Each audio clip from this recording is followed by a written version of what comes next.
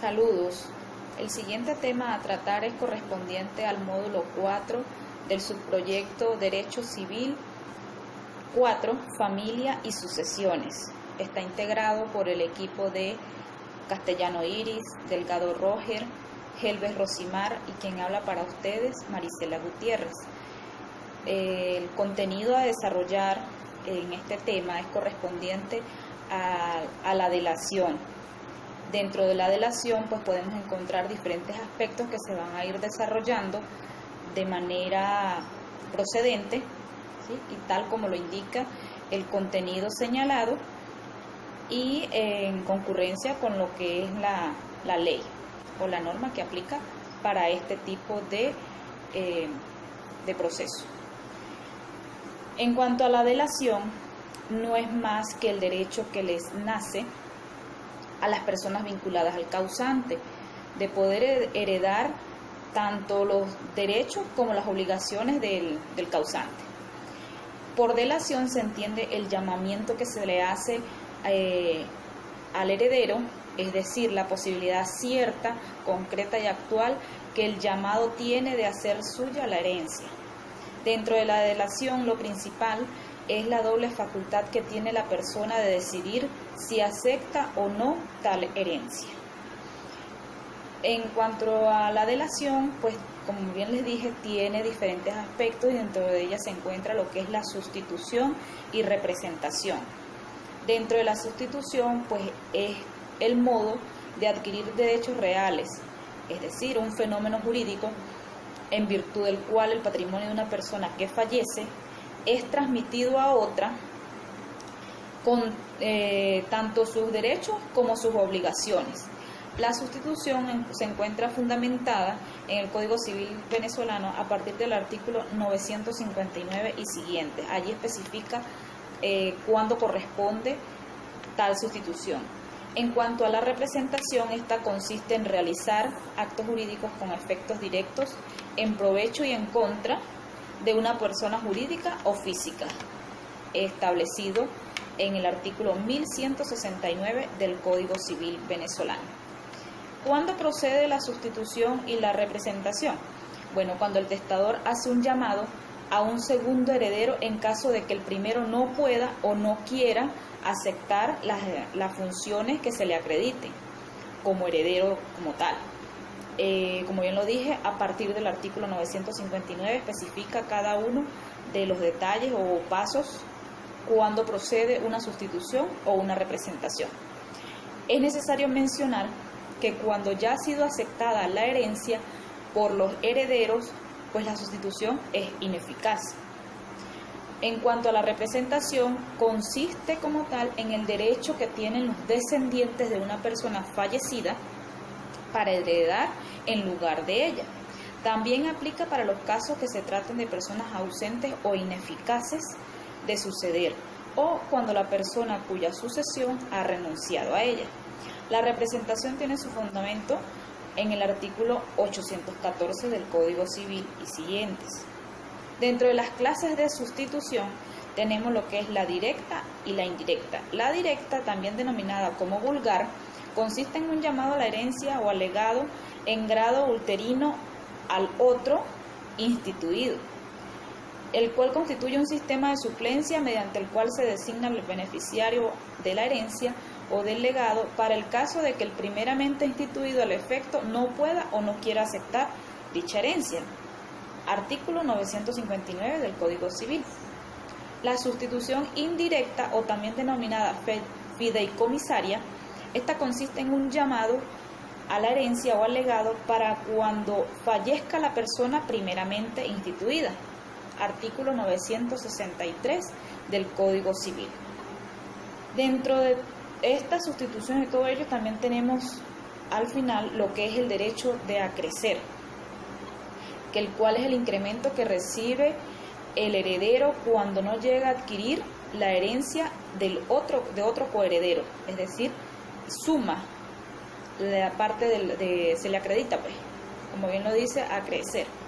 Todo esto y más se encuentra en nuestro Código Civil venezolano y las normativas correspondientes a tal proceso o formas de desarrollar lo que se quiera en cuanto a lo que es la sucesiones, herencia, todo esto, todo lo correspondiente a este tema y a otros, pero en este aspecto pues lo que estamos tratando es referente a la delación.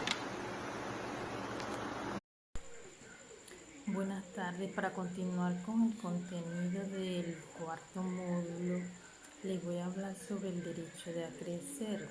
¿Cuál es su fundamento legal? Bueno, según el artículo 1014, en las sucesiones legítimas, la parte del que repudia la herencia acrecerá siempre a los coherederos, es decir, que esta parte se repartirá entre los demás herederos, que verán cómo su parte de la herencia aumenta. Para la mayoría de la doctrina, el fundamento de acrecer se atribuye a la presunta voluntad del causante respecto a favorecer a varias personas con una masa patrimonial, a falta de distinción de quién recibirá más y quién menos, por lo que se concluye que el derecho de acrecer se presenta como una sustitución legal recíproca e implícita entre varios. El derecho de acrecer puede darse entre coherederos como legatarios, claro, no obstante algunas diferencias. Causas y requisitos. Una de las primeras es que la institución de herederos o legatarios se haya hecho sin designación de cuotas o a partes iguales, como lo dispone el artículo 943. La segunda es que tiene lugar en principio entre sucesores designados en el mismo testamento, con base en la citada norma del artículo 943 del Código Civil, que se precisa pues que los herederos sean instituidos en un mismo testamento y en una misma disposición. En caso de instituciones universales, se precisa la misma disposición o cláusula testamentaria. Que no opere el derecho de representación. Recordemos que por efecto de la representación, en los casos en que la ley permite, el representante ocupa el lugar de quien no participó inicialmente en la sucesión, lo que llena el vacío de su representado sin haber distribuido las cuotas entre los herederos. Otra causa y consecuencia, que no haya sido excluido por voluntad del testador, por lo que el derecho de acrecer quedaría excluido por voluntad expresa del testador al prever un sustituto, pues la sustitución excluye el derecho de acrecer. Que quede una porción de la herencia vacante porque uno de los llamados muera antes que el testador renuncie a la herencia o sea incapaz de recibirla, siendo hoy unánime la doctrina al considerar que los supuestos que en relación con esta causa explícita, el precepto no debe considerarse como un número clauso. De allí que la doctrina afirme que para que prospere el derecho de acrecer es necesario que uno o más llamados no puedan o no quieran aceptar. Los derechos de acrecer entre colegatarios y herederos. Bueno, es cuando uno de los herederos de la herencia ha quedado sin titular por haber repudiado o renunciado a la cuota de su parte de la herencia, y esta porción pasa y beneficia a los demás coherederos. La porción vacante será distribuida proporcionalmente en los demás sucesores. Estos sucesores pues serán beneficiados con el derecho de acrecer, soportarán también las cargas correspondientes como lo estipulan los artículos 945 y 950 del Código Civil, salvo disposición contraria del causante. En el supuesto que no opere el derecho a acrecer, característico de la sucesión testamentaria, pues favorecerá a los herederos ab intestato del testador si es una cuota de herencia, y aquellos tendrán las mismas cargas como lo estipula el artículo 946 del Código Civil, y si es una cuota de legado pues irá en beneficio a quien deba satisfacerlo, pues no hay razón para darle un tratamiento diferente al heredero del legatario. Respecto al legado, pues el artículo 949 del Código Civil dispone que en el supuesto que no haya el derecho a crecer por faltar algún requisito, la porción vacante o sobrante favorece a los herederos ab intestar, si se trata de una cuota de herencia. Si se trata de un legado, la cuota vacante irá en beneficio de quien debía cumplir el legado. Si no se ha previsto quien se ejecute el legado, ello corresponde a los herederos en general en proporción a sus cuotas. La albacea. Esta es una institución de origen germánico que no fue conocido en el derecho romano, aunque establecieron la figura del fideicomiso y se difundió por el medio del derecho canónico para la ejecución de medidas piadosas que consistían en designar una persona que se encargue de cumplir la voluntad del causante expresada en un testamento con la función de cuidar los bienes del testador. Su etimología es de origen árabe, al-wasi, que significa ejecutor, lo cual implica derechos y deberes. Su fundamento, la doctrina considera que las razones que justifican la existencia del albaceazgo se encuentran en la incertidumbre o inseguridad del testador, en el sentido de que sus disposiciones no sean ejecutadas tal como fueron plasmadas en el testamento.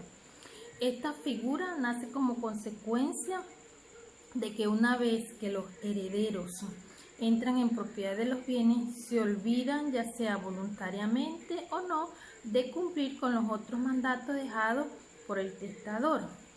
Además, con esta figura se trata de venir las futuras diferencias familiares o litigios por la insatisfacción de estipulaciones a favor de uno o de otro o por motivos de variada índole.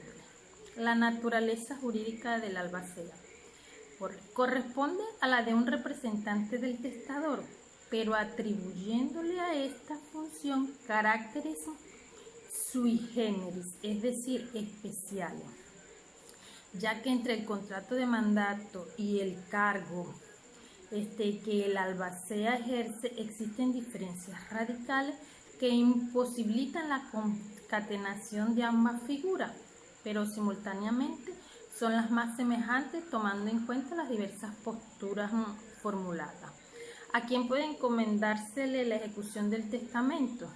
Pues con la finalidad de asegurar el respeto de la voluntad del difunto y de evitar o disminuir en lo posible los litigios entre herederos, legatarios y demás beneficiarios por las disposiciones testamentarias, surgió la institución de los llamados ejecutores testamentarios, es decir, las personas en quienes el testador deposita toda su confianza para que a su muerte ejecute o cumpla su voluntad, que vele por la conservación de los bienes y en cierto modo represente transitoriamente la personalidad jurídica desaparecida, hasta tanto los bienes queden definitivamente en propiedad o en posesión de las personas señaladas en el testamento.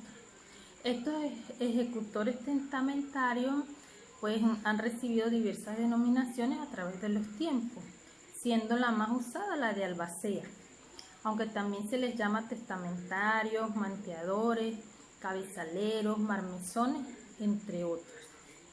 ¿Quién hace el nombramiento de los albaceas? Este es nombrado exclusivamente por el testador, con facultad que le es inherente. Lo hace en el testamento de manera nominativa y sin necesidad de solemnidad alguna. El testador puede nombrar uno o más albaceas de acuerdo al artículo 967 del Código Civil, que no es más que una consecuencia del derecho de disponer de sus bienes por testamento. El testador regula la disposición de su patrimonio para que después de su muerte designe a una persona de su confianza que cumpla y haga ejecutar sus disposiciones de última voluntad. La duración de las funciones del albacea, pues lo explica el artículo 978 del Código Civil. Pues tras puesta del testador, tiene que ser aceptado por el mismo, con lo cual es un cargo voluntario y tiene que cumplir su cargo dentro del plazo de 1 año contado desde el momento de su aceptación, aunque dicho plazo puede ser ampliado por el testador si así lo cree oportuno. Además, los herederos pueden pedir la terminación del albaceajo, bien porque haya cumplido o aun cuando no esté vencido el plazo. Gracias.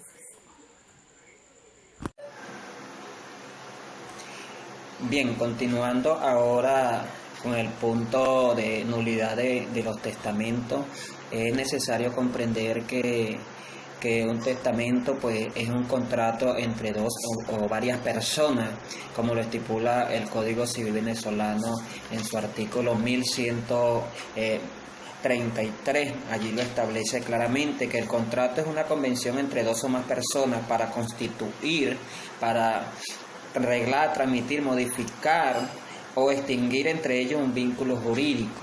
Claro está pues que ya es un contrato, la persona pues tiene que en su libre consentimiento pues realiza ese escrito y lo registra pues en el registro subalterno de la localidad donde él vive, y pues allí se tienen que tener en consideraciones muchas actividades a realizar para su eficacia. La nulidad pues de un contrato o de un testamento pues deriva de todo lo que está contenido en el Código Civil venezolano en su artículo 1141, donde habla que las condiciones requeridas para la existencia del contrato son el consentimiento de la persona pues que lo está realizando o que está otorgando en el testamento sus bienes a un heredero o a su descendiente o a quien le pueda interesar su herencia como tal. Debe tener el consentimiento de la persona. El objeto debe ser de parte de materia contractual, debe ser también, la cosa debe ser lícita. Y bueno, pues tiene que cumplir los requisitos establecidos por la ley, como son las solemnidades que debe de llevar cada uno de estos documentos, de estos expedientes. Y pues una de las nulidades que se podría dar allí es por falta del consentimiento de la parte contratante, y el consentimiento pues que se debe de tener de forma lícita como tal, que debe darlo por su propio mérito y no por imposición. Cuando el testador no exprese clara y eficientemente en su testamento pues lo que se quiere con sus bienes, o no quede bien expresado, pues puede ser objeto de nulidad, así como también cuando el testador es una persona no hábil, o sea que no esté en las condiciones mentales necesarias para poder testar o para poder tomar decisiones por sí mismo. Esto también es motivo para que el testamento pueda ser anulado o pueda ser impugnado. También hay allí que el testador puede ser impugnado, cuando el testamento puede ser impugnado de acuerdo a lo que está estipulado en el artículo del Código Civil venezolano 1490. También allí aparece todas estas cosas que debemos de tener en cuenta a la hora de un testamento, a la hora de poder hacer la oposición a la separación de los bienes y así sucesivamente. Entonces pues es necesario tener en cuenta que pueden ocurrir todas estas cosas a la hora de que una persona esté realizando un testamento. En 1490 dice: la tradición de las cosas incorporales se verifican por la entrega de los títulos o por el uso de ella hace el comprador con el consentimiento del vendedor. ¿Qué quiere decir? Que tiene que haber el consentimiento de ambas partes. Realizado una vez lo que es el contrato o lo que es el testamento, en la parte de que es heredero o de su descendiente o los legatarios como tal, en consonancia con sus acreedores, porque pueden haber deudas que pueda dejar el decujo allí como tal. Entonces puede ser impugnado este testamento, como lo estipula el artículo 898 del Código Civil antes mencionado. Allí tenemos unas premisas que el legislador contempla para ser impugnado cuando el testamento no cumpla los requisitos formales de procedencia. Dice allí que es nula toda disposición que constituya heredero o legatario a una persona incierta, hasta el punto de no podérsele determinar, que se haga a favor de una persona incierta cuya designación se encomiende a un tercero, pero será válida la disposición a título particular en favor de una persona a quien haya de elegir un tercero o entre varias determinadas por el testador o perteneciente a familia o a cuerpos morales designados por él, que deje el heredero o a un tercero libre facultad de determinar el objeto de un legado. Se exceptúan los legados que se ordenen a título de remuneración por servicios prestados al testador en su última enfermedad. Estas son una de las consideraciones para que se pueda hacer nulo un testamento si no cumple las solemnidades, como anteriormente se ha dicho, y que en cierta forma pues puede ser impugnado ese testamento por no cumplir allí con lo establecido en la ley, en este caso pues en el Código Civil venezolano.